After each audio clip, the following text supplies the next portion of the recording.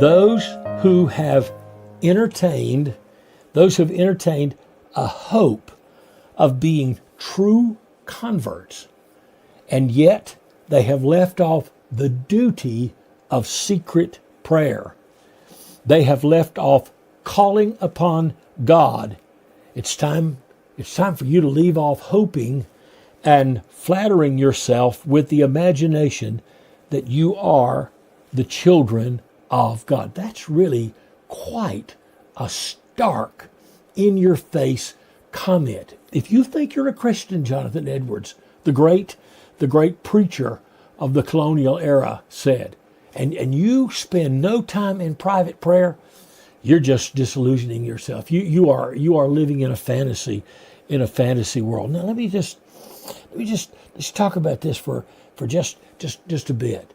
He uses the word duty of prayer, and there is a duty in praying. It's particularly the duty of intercession, praying for others, praying for people who've never heard of the gospel. But at the heart, prayer ought to be a delight.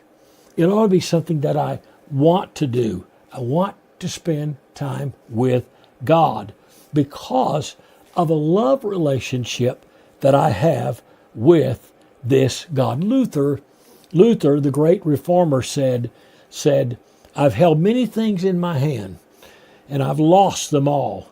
But what I've placed in the hands of God, I still have. Prayer ought to be surrender. Prayer ought to be not primarily about acquisition of things, but laying hold of God Himself. Prayer is not about getting, it's about giving.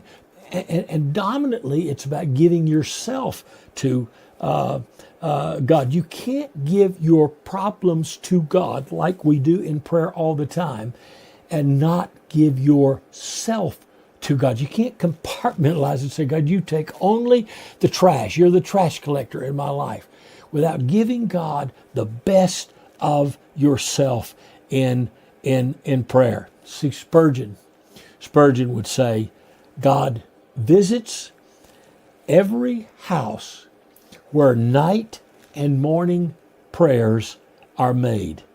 And where there's no prayer that frames the day in the morning and in the evening, if you don't frame your day with prayer, he said, then sin is incurred in that kind of home. If you want a visitation of God in your life, if you want a habitation of God, if you want God to come and live with you, then you have to make your house a house of prayer, and you have to make your life a life of prayer.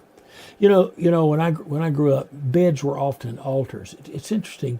People, you still see the pictures of a little child kneeling by the bed, bedtime prayers. It's interesting because that is the idea of entering into the rest of God and rising out to walk the next day out of that rest. It's not just physical rest that you need, it's spiritual rest that you need from God. And you only get that when you pray yourself to peace, and then out of peace, you can really, really do some praying. Hey, this is Doug Small, Project Pray.